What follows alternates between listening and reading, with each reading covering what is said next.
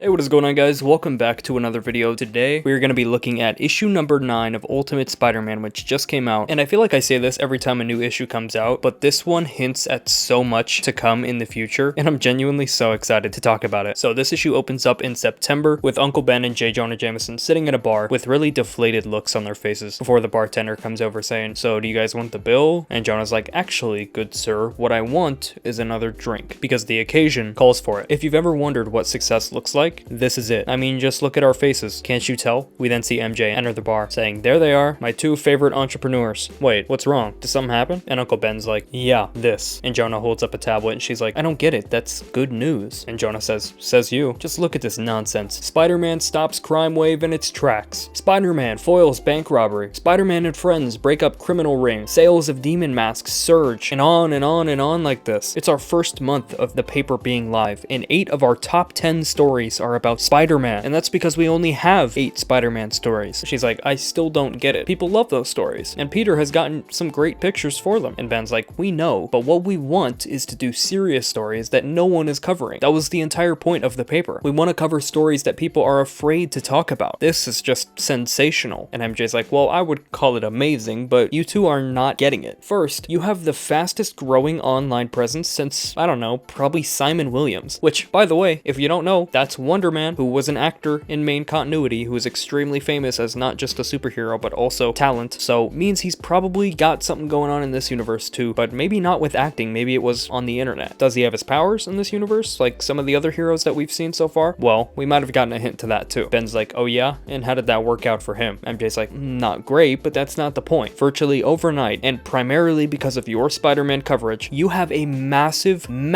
new audience. The paper already has a subscriber list of over 100,000 readers, and it's still growing every day. In the next 6 months, the two of you are going to be bigger than the Bugle." And Jonah's like, "Oh, I do like the sound of that." "You bet," Ben says. "And thank you for all the marketing genius, MJ. We couldn't have done it without you, but there's a story that we're working on that people have to..." And then she cuts him off saying, "Listen to me. Of course, they love the icing, and the Spider-Man stories are just that. I'm betting they'll also love the cake. With numbers like this, you have to keep in mind, you can write whatever the hell you want, and people are now going to see it. Now, do you guys want to keep crying about it, or should we get back to work?" Which I just want to say, I'm so glad that all of these characters can exist outside of Peter. You know what I mean? I think that's one of the best things about this series and about the universe, is that all of these people have a part. You know what I mean? Hickman, I think, is good at utilizing everybody for a story, because something about his writing style is if they're not needed, they're not gonna be there, right? So everyone has their own purpose, no matter how big or small, and I love that. We then see Spider-Man and Green Goblin head over to the lab where they've been working on stuff with Otto Octavius, who's like, "You're late." And Harry says, "We were a little busy, Otto." And Spider-Man, hanging upside down, says, "Fighting crime, saving babies from burning buildings. Anyway, you called, we're here now, so what do you have for us?" And Otto's like, "Just a little thing I like to call freedom." And again, every one of these pages, there's a little panel with like a subtle composition choice that makes him look like he's already Dr. Octopus, and I love it so much. You can see it here. "Nice," Harry says. "How'd you do it?" "2 solutions. Yours is a firmware update. Really simple. For you, Spider-Man." And he walks over to one of his hidden inventions, saying, "I had to go a little bit further outside the box for your suit. Howard Stark's tech is still too advanced for me. Therefore, you're gonna need a new suit, which I've taken the liberty of designing myself. Would you like to see it?" And Peter's like, "1 second. We then see him go back to talking to his AI, saying, "What do you think?" And instantly we see that something about his relationship with the AI has changed. It's getting more sinister. It's getting more intimate, getting more paranoid. The AI says, "Well, personally, my feelings are a little hurt. I mean, I understand why we don't want Stark to be able to track us, but I'm not as worried about it as they are." And Peter's like, "Yeah, I think they're taking it a little too personally. Still." And the AI says, "Yes, we've been a little reckless, and a bit of caution probably is not a bad idea." And Otto's like, "What is he doing?" And Harry says, "Talking to himself. He does that a lot." "Well, what do we do with you?" Peter asks. "I'll bet you that the good doctor tries to keep me." Peter's like, "Let's see.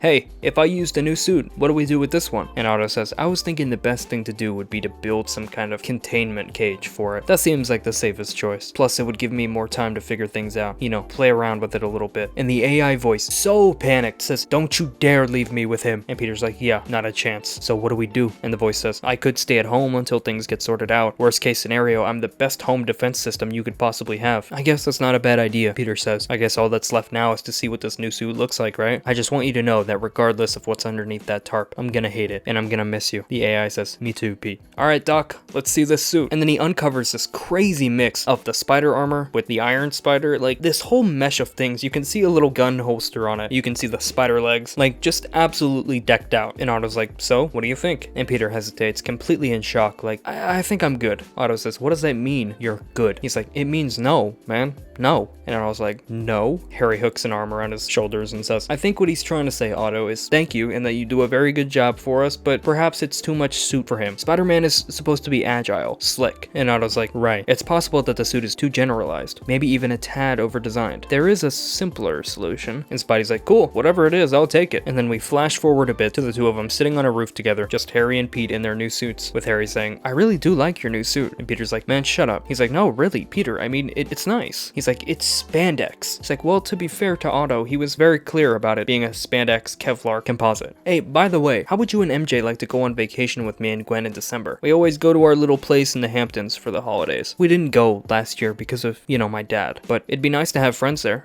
Could be fun. Peter's like, Harry, that's Christmas. We have kids, extended family. We do a whole thing. Why don't you guys hang out with us instead? And Harry's like, I'll check with Gwen, but it's gonna be a no. Once she makes a plan, it's not really her plan anymore. It's our plan. And Peter's like, yeah, ow. And then we see a little buzzing around his head. What? Harry says. He's like, do you ever get that? Ever since I got my powers, sometimes I get a feeling like something bad's about to happen. And then we see Peter's spidey sense go off once more, jumps out of the way and says, no, look out. But it's too late. Harry gets shot with a bolt of electricity. The entire suit gets electrocuted and shuts down, locking the suit up and making him unable to move. It's fascinating, really, someone off panel says. All the other engineers bet that device had no chance of working, but I knew immediately that it was the one for me. He better be okay, Peter says, and we see Harry inside the suit saying, Dad, can you hear me? With no response from the AI. And Peter's like, I'll go first. I'm Spider-Man, and you are? Oh, I'm a shadow in the night, a whisper of a dream. My friends embarrassingly call me the Velvet Blade, but my enemies, and then he cracks a whip and slashes his chest, drawing blood. They call me the Black Cat. This obviously being Felicia Hardy's dad, Walter Hardy. He launches the whip again, but Spider-Man dodges it. Why'd you attack my friend? And Black Cat says, I think you'll find, little spider, that I will do whatever I want, whenever I want, to whoever I want. And then he knocks the water tower over with his whip, sending it splashing all over Spider-Man before strangling him. You and Goblin are both the prize for our little game. What do we do? Peter says, and we see Harry back inside his suit saying, Peter needs our help, Dad. It's just in absolute agony, which shows that, like, even though we haven't seen much of their partnership yet, reminder, months have passed by since they first met. Like, they are friends now. They care about each other. And we finally see some feedback from the suit saying that it's rebooting. You know what you did, Black Cat says. You caught our attention, and for that sin, you will die. Right, Spider-Man says. And what do you get? And Black Cat says, that is none of your concern. Spider-Man then grabs him, chucks him over his head, and throws him straight into an AC unit before webbing him up, looking at the web shooters in his suit and saying, huh, not bad, Otto. Go ahead and get it over with. Black Cat says, what? You are gonna kill me now, aren't you? Of course not. Don't be ridiculous. He then goes to check on Harry. Hey, you okay in there? And then Black Cat starts up a lightsaber, I guess, and cuts himself out before standing over the two about to strike. But then we see Harry's suit come back online. Look out, he says. And then he shoots straight at Black Cat, sending him right over the edge, off the roof, and bleeding out on the ground. Peter looks at him and hesitates. He's still moving. Call for an ambulance. Sometime later, we see him on a stretcher being put into an ambulance before Peter rips his mask off, saying, what the hell, Harry? He's like, what do you mean? My suit had just come back online. You turned your back. I did what I had to do.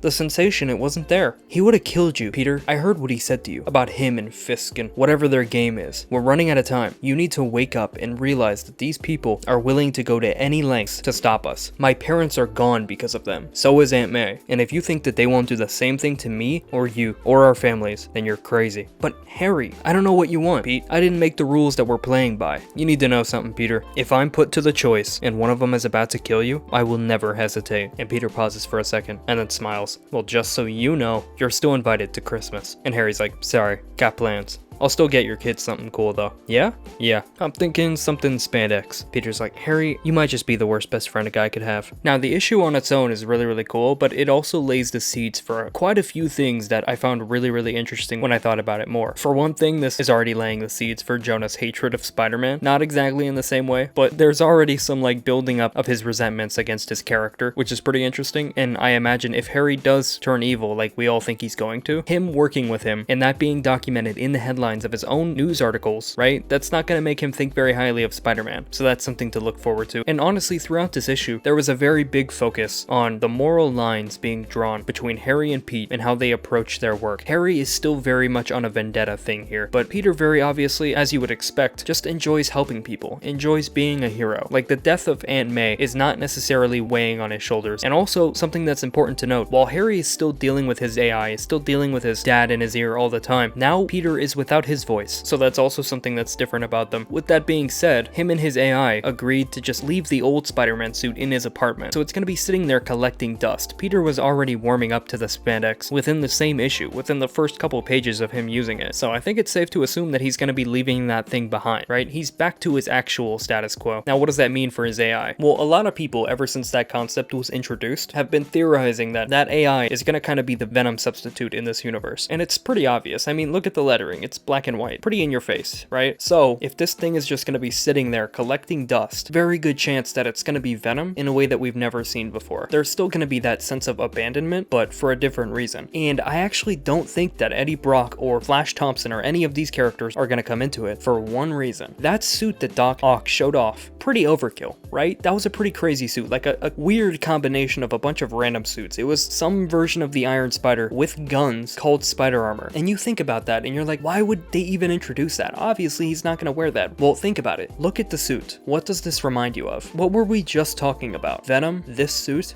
Guns?